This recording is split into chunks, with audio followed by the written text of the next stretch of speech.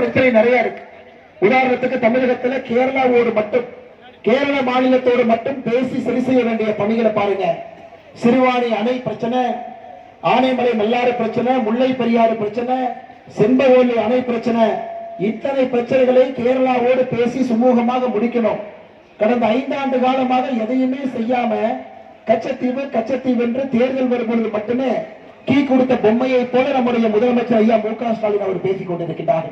ஐயா கச்சத்தீவை அவர் மீட்டெடுக்க வேண்டும், அது மட்டும்தான் நிரந்தர, அந்த பிரச்சனைக்கான நிரந்தர தீர்வு. அதற்கு எப்பொழுதும் பாரத பிரதமர் நரேந்திர மோடி அவர்கள் உறுதுணையாக இருப்பார்கள். இன்னைக்கு அதற்கான முதல் படி ராமநாதபுரம் மாவட்டத்தில், ராமநாதபுரம் சட்டமன்ற தொகுதியில ஒரு முதல் படியாக நம்முடைய தேசிய ஜனநாயக கூட்டணியில தாமரை சின்னத்தை இங்கே வெற்றி பெற செய்து அண்ணன் ஜிபிஎஸ் நாகேந்திரன் அவர்களை உங்களுடைய சட்டமன்ற உறுப்பினராக நீங்கள் அவரை சட்டமன்றத்திற்கு அனுப்பி வைக்க வேண்டும் என்று அன்போடு கேட்டுக் கொள்கின்றோம். ஐயா, நம்முடைய முதலமைச்சர் அவர்கள் பேசுவதை பார்த்தா கேரளாவிற்கு 5 முறை போனார்கள், ஆனா எந்த பிரச்சனையும் கேரளாவோடு இருக்கல.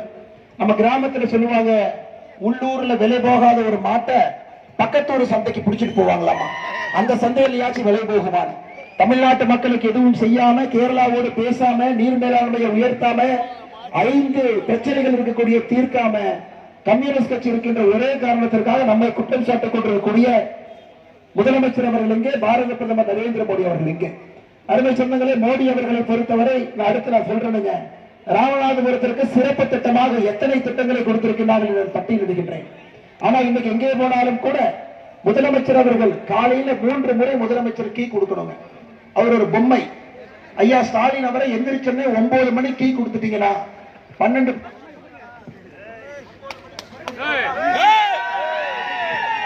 மணிக்கு நம்முடைய ஐயா ஸ்டாலின் அவர்கள் கீ கொடுத்துட்டீங்கன்னா 12 மணி வரைக்கும் அந்த பொம்மை டெல்லி டெல்லி டெல்லி அப்படின்னு சொல்லுங்க. 12 மணிக்கு அதெல்லாம் போனதுக்கு அப்புறம் மறுபடியும் கீ கொடுத்தீங்கன்னா ஹிந்தி ஹிந்தி ஹிந்தி அப்படின்னு. அப்புறம் சாயந்தரம் 6 மணிக்கு மறுபடியும் டீ கொடுத்தீங்கன்னா மத்திய அரசு தமிழ்நாட்டை வஞ்சிக்குது வஞ்சிக்குது வஞ்சிக்குது. ஐயா அதுக்கப்புறம் தூக்க போயிடுவாரு. அடுத்த நாள் காலையில மறுபடியும் டீ கொடுத்தீங்கன்னா டெல்லி டெல்லி டெல்லி என்று சொல்லக்கூடிய ஒரு முதலமைச்சர் நாம் பெற்றிருக்கின்றோம். தமிழ்நாட்டு மக்களுக்கு உண்மையாலுமே திராவிட முன்னேற்ற கழகத்தினுடைய ஆட்சியில ஏதாவது பிரயோஜனம் நடந்திருக்கான்னு கேட்டீங்கன்னா எந்த பிரயோஜனமும் கூட கிடையாது. ஏன், இவர்கள் 2021 தேர்தல் வாக்குறுதியில இவங்களே வாக்குறுதி கொடுத்தாங்க, நாங்க ஆட்சிக்கு வந்தோம்னா மீனவ சொந்தங்களுக்கு மட்டுமே 2 லட்சம் வீடுகளை தனியாக கட்டி கொடுப்போம் என்று தேர்தல் வாக்குறுதி கொடுப்பாங்க. ஐயா, எனக்கு தெரிஞ்சு ஒரு செங்கலை எங்கேயுமே வைக்கல. இங்க ராமநாதபுரத்துக்கு இந்த பகுதிக்கு வந்தா மீனவ சொந்தங்களை பார்க்கும் பொழுது மாநில அரசு மீனவ சொந்தங்களுக்கு என்ன செய்தோம் என்று சொல்லணும். நீங்க மீனவர்களுக்கு என்ன செஞ்சீங்க? எதுவுமே செய்யல. 2 லட்சம் மீனவ சொந்தங்களுக்கு வீடு கட்டி கொடுப்போம் என்று சொன்னீங்க, அதையும் செய்யல.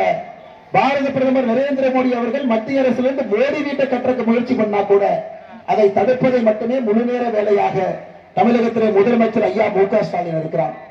அருமை சொந்தங்களே, இன்னைக்கு ராமநாதபுரத்தில் மட்டும் எவ்வளவு பிரச்சனை பாருங்க. கடந்த 5 ஆண்டு காலமாக ராமநாத